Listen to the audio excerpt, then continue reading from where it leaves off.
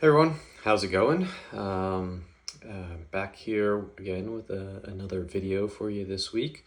After a little bit of break for the holidays, so hope everyone had a great holiday season and ready to get 2024 off and running. So this week I want to talk about something that's a little bit different, something I've never done before.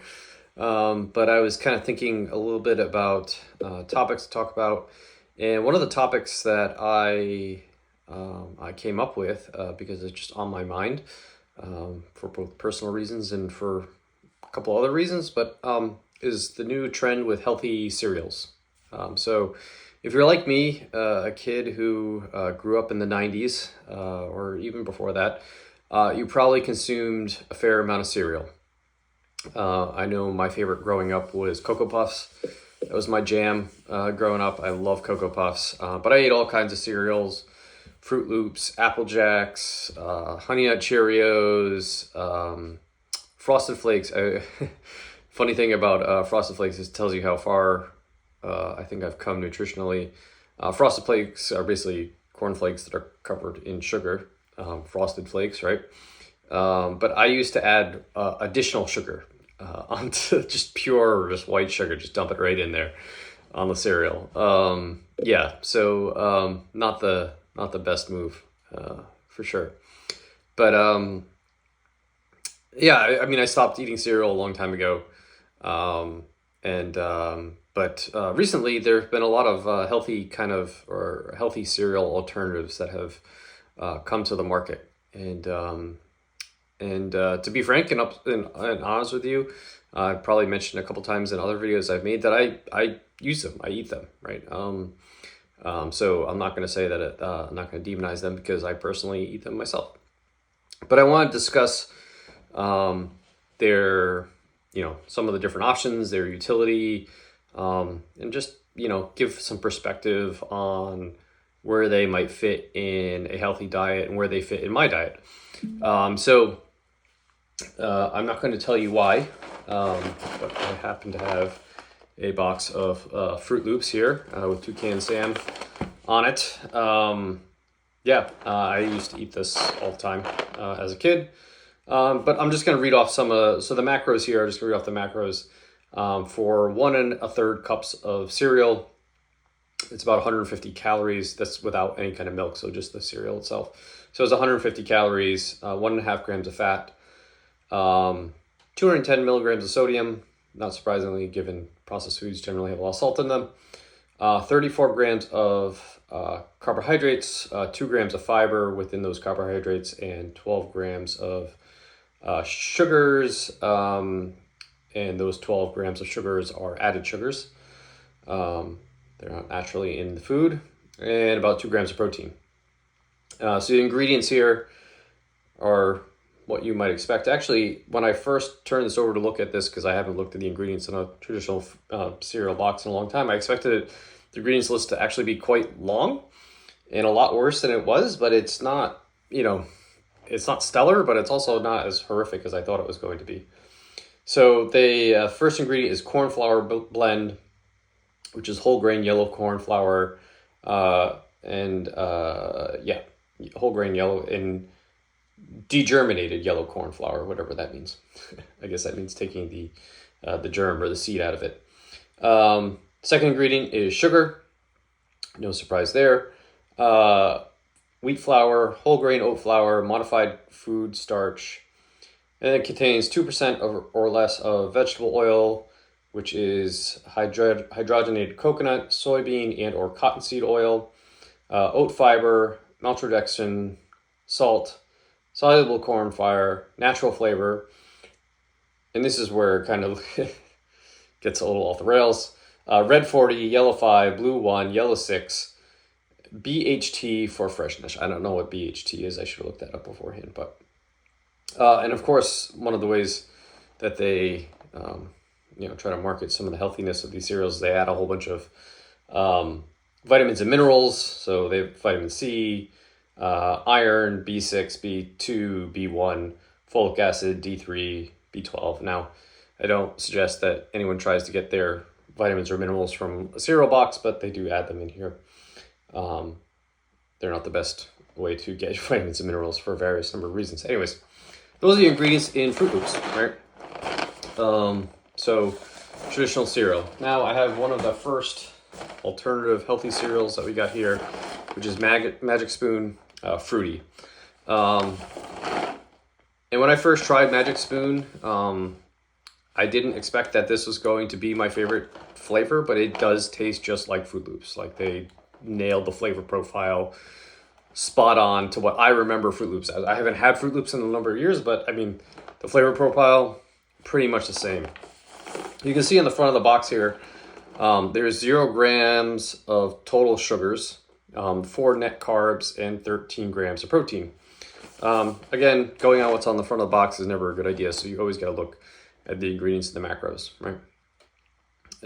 So let's take a look at what's in this cereal.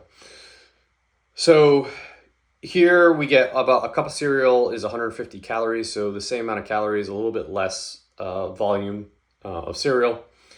This has 8 grams of fat in it. British Fruit Loops had like 2 grams. It has half the sodium, about 160 milligrams of sodium.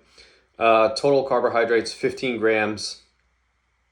And they have 1 gram of fiber. And like they said on the front of the box, no grams of sugar. And 13 grams of protein, which is quite a big difference from the Fruit Loops, which had 2 grams, right? 2 grams. The ingredients here, the ingredients list is actually just as long as the Fruit Loops. But the first ingredient, as opposed to the flour blend that was on the Fruit Loops, is milk protein blend. So that includes casein and whey protein concentrate. Sweetener blend. So that includes allulose, monk fruit extract. So those are more natural sweeteners, 0 calorie, or actually they're not 0 calorie, but they're more natural sweeteners. And then I have an oil blend, which is high oleic sunflower oil and avocado oil. Then the tapioca starch, inulin from chicory root, and natural flavors, salt, turmeric extract, spirulina extract, and vegetable juice for color. So yeah, and they say that because out of those 15 grams of carbs, there's 1 gram of fiber and there's 10 grams of allulose, which those are undigestible carbohydrates. You end up with 4 grams of net carbs. I don't think that's particularly important, even if you're following a ketogenic diet, but some people like to net out things that they don't digest for whatever reason. So is this any better than Fruit Loops? For all intents and purposes, I think they taste exactly the same, or at least what I remember Fruit Loops tasting like. Some advantages that I see right off the bat here, I'm just going to point out is protein, right? We have 13 grams of protein, right? Versus 2 grams. And, then you have to talk about the quality of the protein. So yeah, I mean, it's casein and whey protein concentrate. It's an animal source protein. Is it the best form of animal source proteins? No. Am I going to say that you should be trying to hit your protein target through this cereal? No, never. Like, you should never be trying to hit your protein goal via eating any kind of cereal. And so, I mean, it's good that it has protein. It's good that it comes from an animal source, but if that's your thing. But is this comparable to a steak or a piece of chicken or pork or something like that? No, it's not. So I'm not gonna make any illusions that that's like a selling point. But hey, it has a good amount of protein. You add a little bit of extra protein onto your already whole foods based protein diet. That's a pretty good source of calories, in my opinion. Then we have some sweeteners. So the sweeteners in this, they're whole food, they're natural sweeteners, which is kind of good. But in some cases, these type of sweeteners do cause digestive issues, gut issues. People have issues with them. So it's not for everyone. Like, sometimes monk fruit and allulose, those things can not sit so well with people. So you gotta keep that in mind as well. And then you have the oils, high oleic sunflower oil. It is kind of a seed oil, a plant oil. It's not, it doesn't sit up there with like an avocado oil or a sunflower oil or, I'm sorry, or an olive oil or something like that. But it's probably one of the healthier seed oils that you could probably have, right? And its fat profile is very similar to olive oil actually. So it's not terrible. It's not cottonseed oil. It's not canola oil. So that's this highly processed oil. And you have tapioca starch and inulin. Again, those types of things can kind of, have gut issues with people. So, but overall, and then the coloring in the flavors, they said natural flavors, that's unregulated. Who knows what that could be? People say a lot of stuff about that.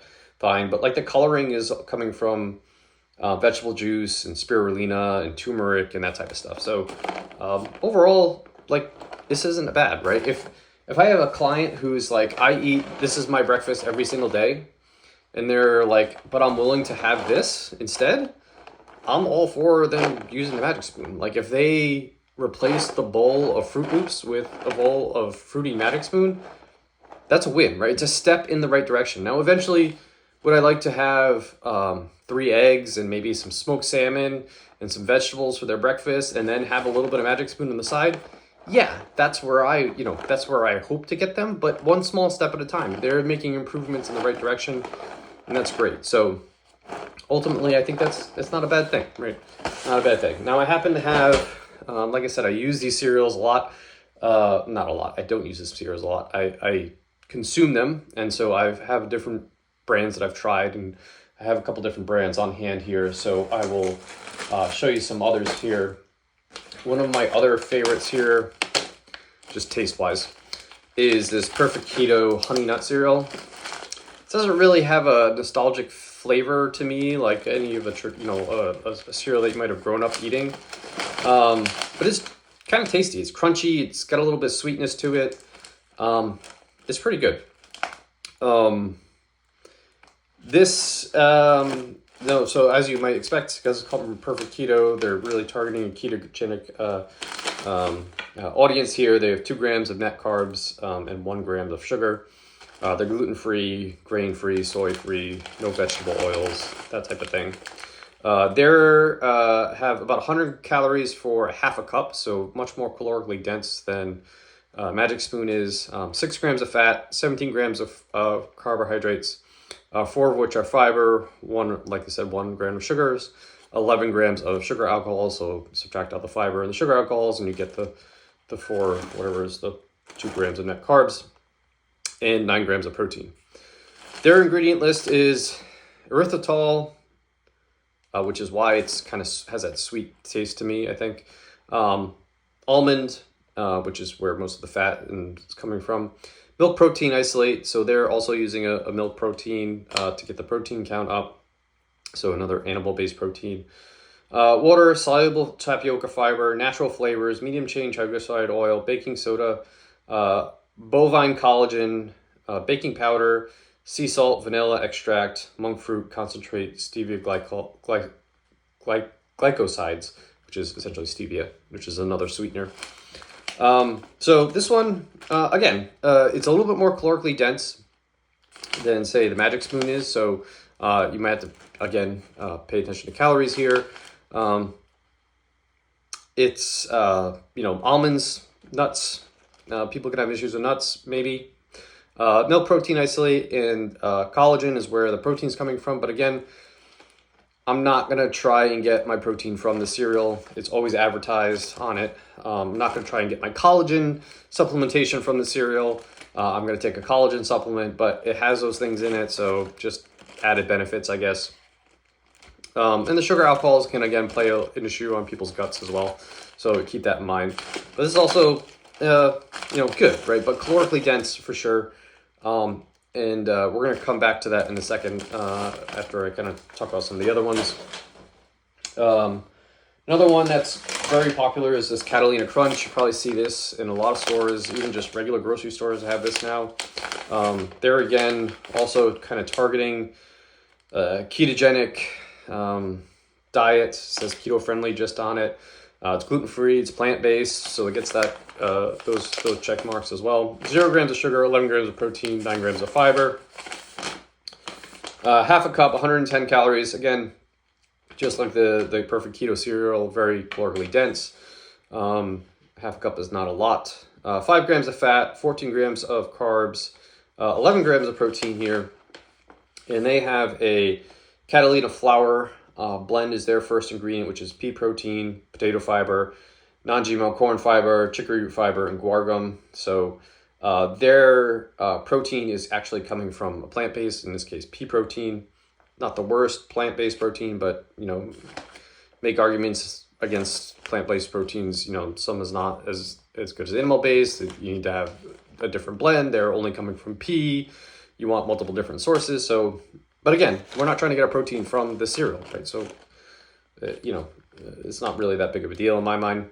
Tapioca flour, high oleic sunflower oil. Again, just like the Magic Spoon cereal, not the best oil, but also it's not. It's probably the least offensive.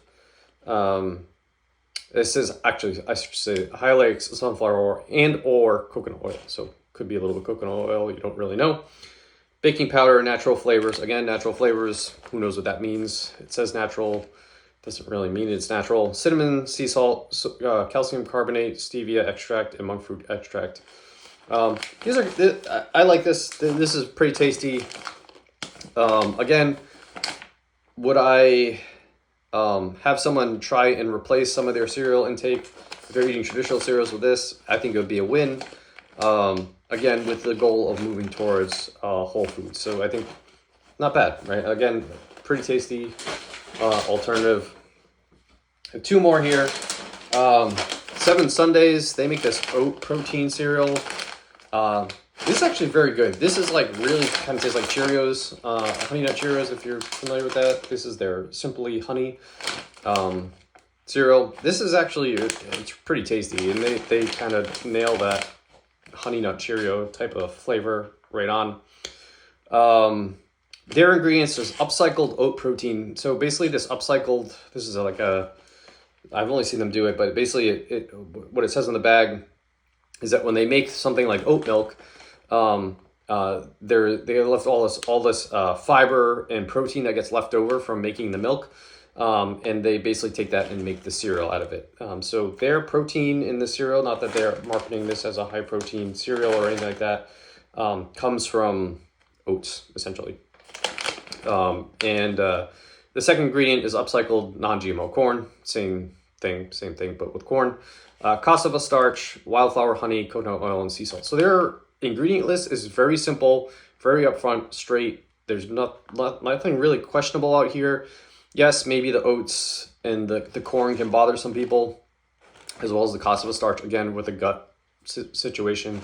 But if you have gut problems, like ultimately you probably should be staying away from these foods to begin with. But yeah, they can cause issues gut-wise, but like from a ingredient list, this is like pretty much as basic as it gets, and it's very simple and straightforward. For about a cup, you get 1 cup is about 160 calories. So roughly the same as Magic Spoon and the Fruit Loops. 5 grams of fat, 25 grams of carbohydrates. So this is definitely not a low carb cereal. Again, they're using oats and corn, so that's not surprising. 3 grams of fiber, 7 grams of sugars, the added sugars, which I assume is coming from the wildflower honey to give it that sweetness. So it's just a wild, just added natural sugar, and 5 grams of protein. So again, if you're not into like keto and you don't care necessarily about the carbs, this is great. It tastes just like Honey Nut Cheerios in my mind. And I mean, if you don't mind the oats and the corn, it works really well. Last one here. This is a relatively new one. I just actually haven't even tried this flavor yet. So this is called Banana Apple Fritter. This is called Farm Girl cereal. They're out of Canada. I haven't tried this. I've only tried, they have a cocoa cereal, which actually tastes really like Cocoa Puffs, which is why I bought this in the first place, to get that nostalgic feeling, because I told you I love Cocoa Puffs. Yeah. So I haven't tried this one. This came in that pack, and I haven't opened this one yet. So I haven't tried it. But their other ones are the cocoa cereal one. It tastes just like coconuts, cocoa puffs. Again, this is like they're also, it says keto friendly, vegan, gluten free, no seed oil. So they're targeting kind of low carb space. Has 9 grams of protein, no added sugar. So let's take a look at this. So this has about 28 grams, so they don't list it by the cup here. So that's going to be a little bit less than, let's see here. Yeah, so this, the 7 Sundays was 1 cup at 40 grams. So this is 28 grams for 70 calories. Actually, it's probably about the same because this was 1 cup at 160 calories, and this is 28 grams at 70 calories. So roughly the same amount. So you can think of it calorie density wise is very similar. It's 2 grams of fats, 18 grams of carbohydrates, 10 grams of fiber, 2 grams of sugars, no sugar alcohols. So if you have sensitivity to sugar alcohols, this was a good option for you. 9 grams of protein. And from an ingredient point of view, they're also using oats.